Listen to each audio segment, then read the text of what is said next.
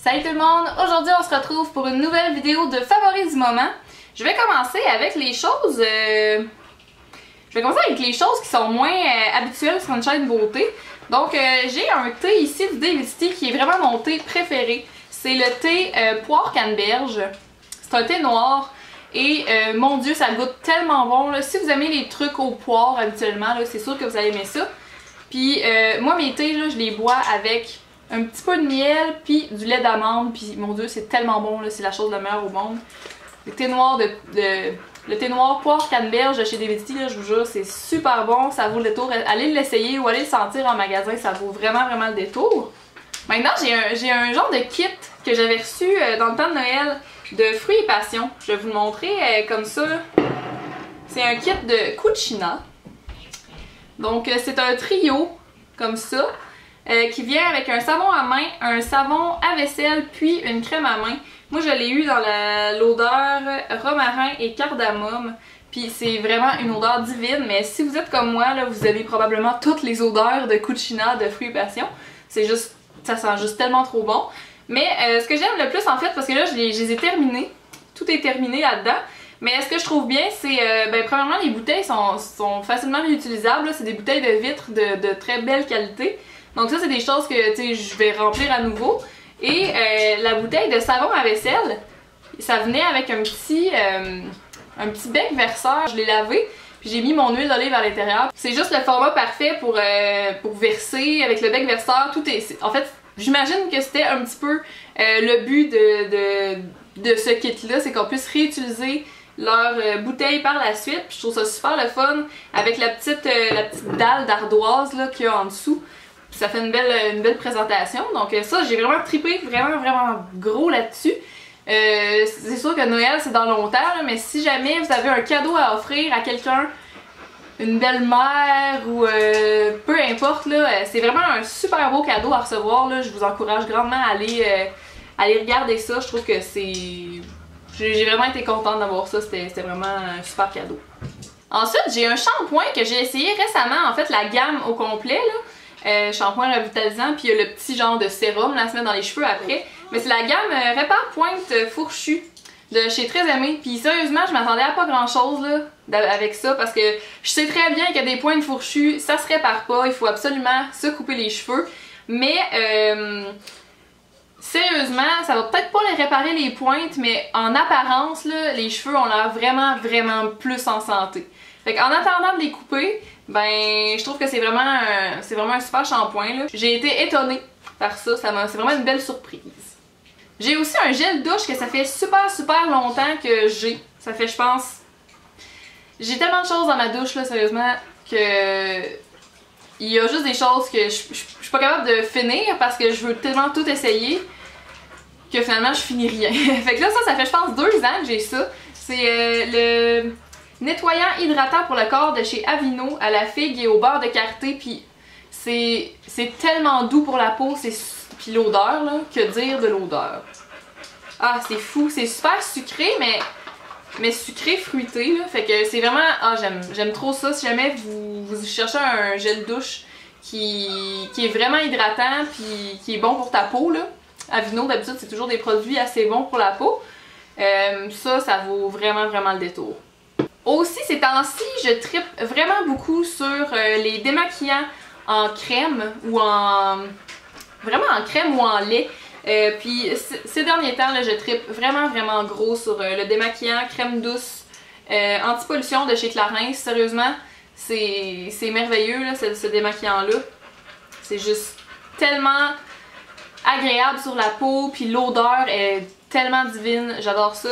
J'aime vraiment les laits aussi, même le lait de Karine Jonca, je l'ai pas en main même tout de suite là, pour vous montrer, mais le lait de Karine Jonca démaquillant aussi, je trippe vraiment gros ces temps-ci. Pourtant ça m'étonne parce que j'ai jamais beaucoup aimé me démaquiller avec des laits, je trouvais que c'était pas très efficace. Mais on dirait que, je sais pas, je trouve que c'est super doux pour la peau ces temps-ci. J'ai l'impression d'avoir la peau peut-être un peu plus sensible. Fait que ça c'est juste parfait là, pour se démaquiller, ça fait ça en douceur, puis c'est comme hydratant à la fois. Fait que j'aime vraiment ça. Toujours en restant dans les soins de la peau, j'ai mon Benzagel ici, qui est vraiment mon sauveur. Si vous êtes un peu comme moi, là, vous avez des petits boutons qui sortent une fois de temps en temps. C'est pas super agréable, mais ça, là, ça marche tellement, c'est fou. J'en mets, puis le lendemain, là, les boutons sont déjà en train de s'en aller, là, fait que ça, c'est vraiment un favori qui revient tout le temps. En fait, il est jamais reparti. C'est juste que j'ai pas envie de vous le présenter à toutes les fois que je fais un favori, mais c'est vraiment mon précieux. Si j'en ai plus, là, c'est sûr que je vais le racheter. Faut toujours que j'en aille en main parce que c'est vraiment un sauveur pour moi. Maintenant, côté maquillage, ici j'ai la base HD de chez Makeup Forever. Je l'ai pris dans la couleur, la petite bleu pâle, là, parce qu'en fait, la bleu pâle, ça va venir enjoliver le teint d'une personne à la peau très très pâle. Donc c'est un peu le même principe que la base verte, ça va annuler les rougeurs, mais ça va venir annuler les rougeurs en laissant un effet porcelaine à la peau. Donc c'est vraiment pour les peaux très pâles, là. Mais je dois dire que c'est une des meilleures bases que j'ai essayé de toute ma vie. Ça fait tenir le maquillage à merveille, puis quoi dire de plus? Je dois dire que ça laisse une belle peau, mais la belle peau aussi, c'est beaucoup le fond de teint là, qui vient jouer là-dessus. Mais principalement, ce qui m'a frappé de cette base-là, c'est à quel point le maquillage est beau par-dessus. Ça va vraiment mieux tenir et c'est plus... Je sais pas comment dire ça, c'est beaucoup plus uniforme en fait dans le visage quand on vient appliquer ça juste avant. J'ajouterais aussi, ne sous-estimez jamais le pouvoir d'une bonne base en dessous d'un fond de teint, là, ça fait toute la différence dans un maquillage. Personnellement, je trouve ça. En parlant de teint, j'ai deux fonds de teint que je trippe bien gros ces temps-ci. J'ai le fond de teint de chez Couvrance dont j'avais fait une première impression. Sur ma chaîne, je vais mettre le lien vers ma première impression en barre d'informations. Donc le fond de teint Couvrance, en fait, c'est de chez Avène, c'est la même compagnie. Puis c'est le fond de teint correcteur fluide, il est juste tellement le fun. Super léger sur la peau, le fini est super beau, ça dure longtemps aussi, ça tient super bien. Et j'ai aussi le Skin True de chez Annabelle que je trouve qu'il fait assez le même effet que celui de Couvrance. Il est beaucoup moins cher aussi, mais peut-être qu'il tient un petit peu moins bien, là, mais c'est le seul hic que je pourrais trouver. Il est à peu près 10$ en pharmacie si je me trompe pas, fait que ça vaut vraiment la peine. Je pense pas qu'il y ait un autre fond de teint à ce prix-là qui soit aussi bon que celui-là. En tout cas, c'est sûr que je les ai pas tous essayés, mais c'est vraiment un magnifique fond de teint.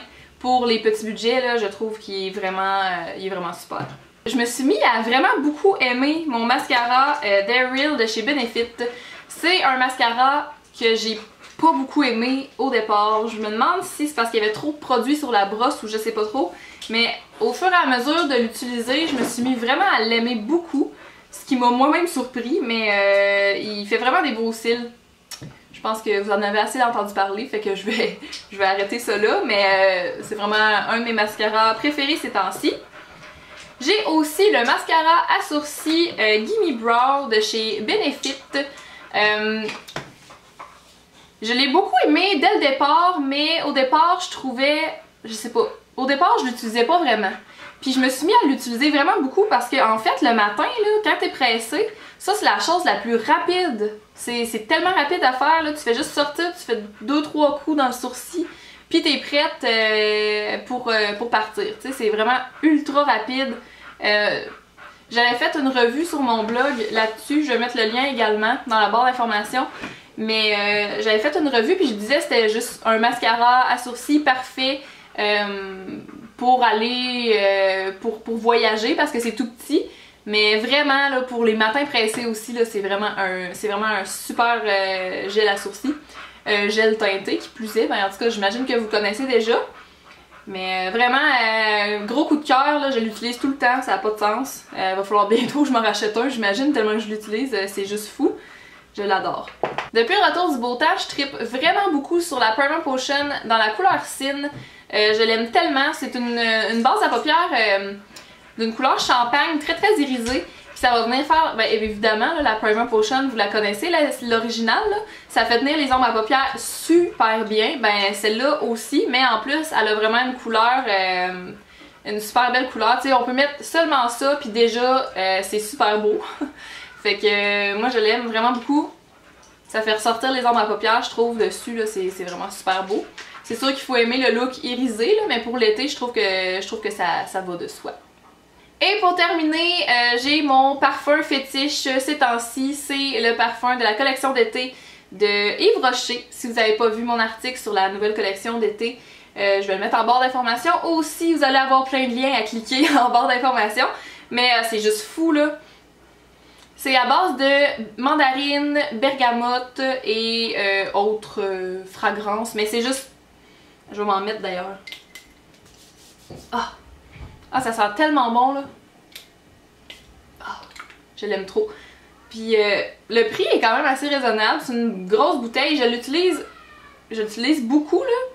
Puis vous voyez, là, il y en a vraiment pas tant que ça de prix. Ça fait, je pense, presque 2 mois là, que je l'utilise.